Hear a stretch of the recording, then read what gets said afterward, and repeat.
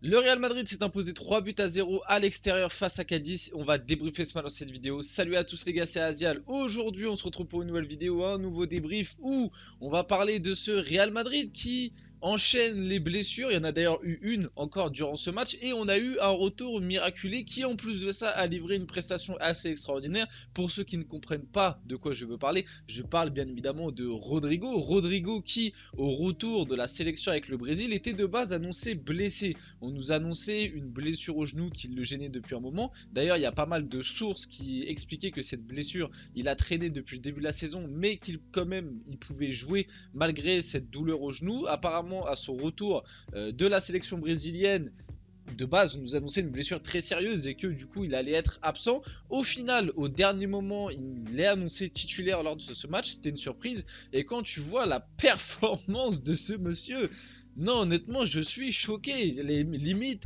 je suis pas supporter du Real, mais j'avais envie de me lever de ma chaise, de dire bravo. Le match du Real maîtrisé, même si en début, on y reparlera, on en reparlera, pardon. En début de match, Cadiz a quand même eu quelques occasions. À noter que Lunin, lui pareil, je trouve que il continue à répondre présent pendant l'absence de Courtois et de Kepa, parce que Kepa, si je me trompe pas, il est toujours absent, même s'il va pas tarder à revenir. Bah limite, quand Kepa reviendra, est-ce que laisser Lunin, c'est pas le truc le mieux à faire?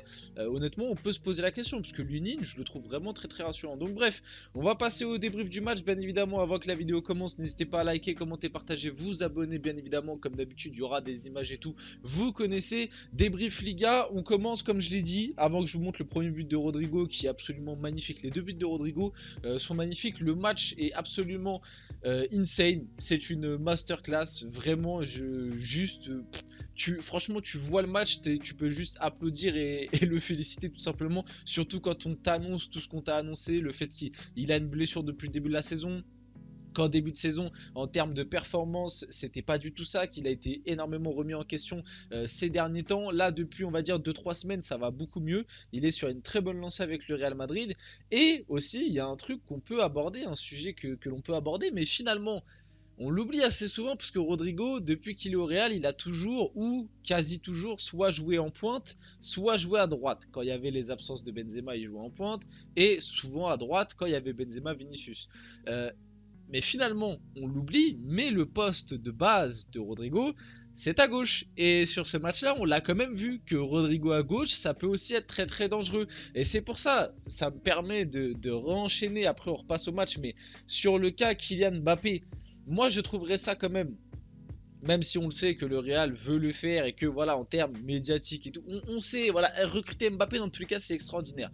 Mais avoir une attaque composée de Vinicius, Rodrigo, Mbappé, qui sont tous les trois de base des ailiers gauches, que du coup tu vas faire jouer dans une animation spéciale et dans des postes différents, est-ce que c'est pas un peu tous les brider? Alors ça peut très bien fonctionner, même si bon, tactiquement j'ai un peu des doutes, mais ça se trouve que ça fonctionnera très bien, ça se trouve que les trois feront leur stat un minimum et que ça peut donner quelque chose de pas mal, mais tu te diras toujours, ah ouais, mais est-ce que si on n'avait pas acheté un vrai numéro 9 et un vrai ailier droit, est-ce qu'on n'aurait pas pu les utiliser pleinement tous les trois à gauche, enfin vous voyez ce que je veux dire, à leur poste de prédilection. C'est une réflexion que tu peux te poser, parce que là, voilà, ce match-là de Rodrigo va pas te faire dire ouais, il faut faire jouer Rodrigo à gauche et Vinicius l'oublier. Non, mais imaginez si Rodrigo, parce que là, en l'absence de Vini, c'est lui qui va jouer dans ce rôle-là. Imaginez Rodrigo continue à te pondre masterclass sur masterclass et au retour de Vinicius, il rebascule à droite et il redevient un petit peu le Rodrigo du début de saison, un peu en demi-teinte. Qu'est-ce que tu vas dire? Tu vas dire ah mais peut-être qu'en fait Rodrigo son poste c'est à gauche et que du coup on le bride, on l'utilise mal et que à gauche il est exceptionnel, mais t'as Vinicius et ça se trouve tu vas recruter Mbappé, donc vous voyez ce que je veux dire. Donc bref, voilà, l'aparté est fermé là-dessus. J'aimerais bien avoir vos avis dans les commentaires. Je pense que Rodrigo c'est quand même un gars assez complet et que globalement ça ne le gêne pas de jouer à droite, mais je pense, et ça je l'ai toujours pensé, que bien évidemment son poste de base c'est à gauche et qu'il serait bien plus performant à gauche. Mais est-ce qu'il serait plus performant qu'un Vinicius? Je ne pense pas non plus. En tout cas sur ce match là il a été très bon. Le premier but intervient, comme je dis, avant le premier but quand même, Cadiz a eu quelques occasions. Il y a eu des petits arrêts de Lunin et aussi une grosse occasion loupée par Cadiz où je sais plus c'est qui trouvé dans la surface tout seul, il met une tête à côté. Bref, bon, le Real s'en sort bien. Lunin a entre guillemets limité la casse. Après, Du coup, petit ballon de Bellingham qui va la donner à Rodrigo. Rodrigo, là, tu te dis, oh, il est musclé, il est serré, comment il va passer? Petit pont, voilà. Hop, je sais pas si c'est fait exprès. En revoyant l'image, j'ai quand même l'impression que c'est plus, ça tape dans son tibia et ça passe en petit pont. En tout cas, petit pont, il est promis sur le ballon, il va mettre petit crochet, s'orienter, frappe pleine lucarne, rien à dire. Le premier but est absolument légendaire. 1-0 pour le Real Madrid à ce moment-là du match. Après, le Real, vous connaissez, hein. Ça, c'est un truc qui est incroyable quand même. Le Real, malgré toutes les blessures, tout ce qu'il y a, etc.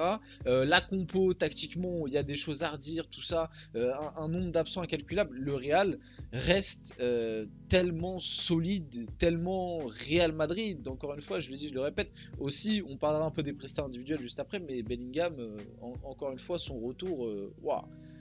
Et là, je l'ai trouvé un petit peu dans un rôle pas forcément le même. Il a joué même poste, même rôle, mais je l'ai trouvé plus dans ce qu'il sait faire de base, plus dans on vient récupérer, presser, récupérer du ballon, distribuer, et moins un petit peu le côté je veux aller dans la surface marquer, même si au final il a marqué, on le verra juste après. Le deuxième but du coup intervient à la 64e minute de jeu, encore un but de Rodrigo qui part de là, voilà, petit ballon donné par Kroos sur une récupération où d'ailleurs il y a eu un petit débat, faute pas faute. Moi je trouvais que globalement c'était quand même un duel à l'épaule et que la faute, enfin il n'y avait pas forcément faute quoi. Donc je trouve ça bien que le but ait été accepté, que l'action a été jouée jusqu'au bout. Rodrigo va venir fixer, crochet une fois, crochet deux fois, frappe pleine lucarne encore une fois, enfin plus petit filet, un petit peu haut que lucarne, mais la frappe encore une fois est magnifique, même si elle est touchée par les Ledesma. 2-0 à ce moment-là du match. Rodrigo, une performance absolument exceptionnelle. Je ne vais pas me paraphraser, mais voilà, il a été vraiment dans tous les bons coups, parce que c'est même lui qui sera passeur. On le verra juste après pour le but de Bellingham. Honnêtement, assez impressionnant. Je sais pas ce que ça donne au niveau de son genou, vraiment. J'ai pas les infos de ce qu'il a vraiment au niveau du genou.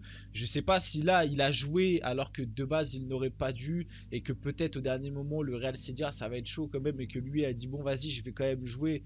Je sais pas tout ça. En tout cas, il était vraiment annoncé blessé, et faire une prestation comme ça alors que de base le gars était annoncé blessé, c'est vraiment tout à saluer et vraiment assez impressionnant. Bon, par contre, niveau blessure, bah t'as eu un nouveau coup dur, Luka Modric qui est sorti vers la 70e, si je me trompe pas, je vais vérifier, ouais c'est ça, 70e pile poil, sorti sur blessure, nouvelle blessure au Real Madrid. Cette fois-ci c'est Luka Modric qui doit déclarer forfait contre Naples et probablement contre Grenade ce week-end. On sait pas ce que c'est exactement, au moment de sa sortie on a cru que c'était un truc au genou, on pouvait craindre le pire. Au final, bon, ça a pas l'air d'être non plus si grave que ça. S'il loupe les 2 prochains matchs, ça veut dire grosso modo une petite dizaine de jours, histoire de, on va dire, d'être en mode précaution. Mais ouais, nouveau coup dur pour le Real Madrid, encore une blessure, malgré que là, ils ont plus d'excuses, hein, ils ont changé le médecin et tout. Je sais pas, peut-être que la prépa physique a mal été gérée, peut-être que je sais pas ce qui se passe, mais c'est vrai que habituellement le Real Madrid c'est un club qui est justement très peu touché par les blessures, et c'est vrai que sur les dernières années, là, on va dire les 2 dernières années, en termes de blessures, l'année dernière on s'en rappelle, hein, Benzema, même si moi je pense Benzema il a payé sa très grosse saison 2021-2022, l'année dernière Benzema il a été énormément éloigné des terrains, souvent pour des petites blessures musculaires, et on pouvait se dire, ah, est-ce que le Real gère bien la prépa physique, tout ça, enfin le physique des joueurs. Ferland Mendy aussi l'année dernière énormément blessé. Bon, lui c'est peut-être un peu plus pour une fragilité, mais cette saison, Militao, Courtois et tout, je pense que c'est un mélange de pas de chance, et peut-être qu'il y a une gestion peut-être du cas par cas, ou une prépa qui a peut-être été un peu trop intensive ou mal gérée. Je ne saurais pas dire, mais je pense quand même qu'il y a un peu de malchance dans tout ça, mais peut-être que cette malchance vient d'une mauvaise préparation à un moment. En tout cas, on passe au 3e but du Real qui intervient à la 74e minute de jeu. Encore une fois, Rodrigo qui élimine, il a fait que ça, honnêtement. La défense de Cadiz va faire des cauchemars de Rodrigo ce soir. Il élimine, il donne un petit ballon pour Bellingham. Bellingham frappe du gauche croisé, 3-0, rien à dire. Rodrigo, auteur d'un doublé et d'une passe décisive avec le Real Madrid face à Cadiz ce soir. Le Brésilien est en feu ce mois-ci sous les couleurs du club merengue. Si je me souviens bien, là Rodrigo avec Madrid sur les 3 derniers matchs, il est à 5 buts et 3 passes décisives. Donc c'est vrai que là en ce moment, il est vraiment chaud. Il est vraiment chaud. Jude Bellingham aussi, parlons-en. Que, comme j'ai dit, je trouve que sur ce match-là, il a plus été un peu dans un profil... il était en numéro 10 avec du coup le même rôle que avant sa blessure, le même rôle habituel. Mais je l'ai trouvé plus, moins je veux aller faire le jeu offensif, je veux me proposer dans la surface, je veux un petit peu faire le 9,5 entre guillemets.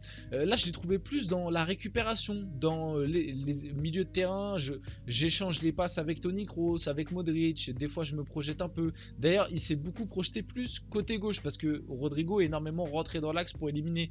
Donc voilà, un match de Bellingham très bon encore une fois, 15 matchs, 14 buts, 3 passes décisives, c'est hallucinant. Honnêtement, c'est hallucinant. Jude Bellingham a déjà marqué autant de buts avec le Real Madrid cette saison que sur toute la saison dernière avec Dortmund. Donc ça montre quand même que malgré qu'à Dortmund il jouait 6, il marquait déjà énormément. Après c'est la Bundes et tout, mais voilà quand même. Et Jude Bellingham a brisé un nouveau record hier soir en inscrivant le plus de buts pour un joueur effectuant ses 15 premiers matchs au Real Madrid. 14 buts devant Cristiano Ronaldo 13 et Alfredo Di Stefano 13 et Pruden 13 aussi.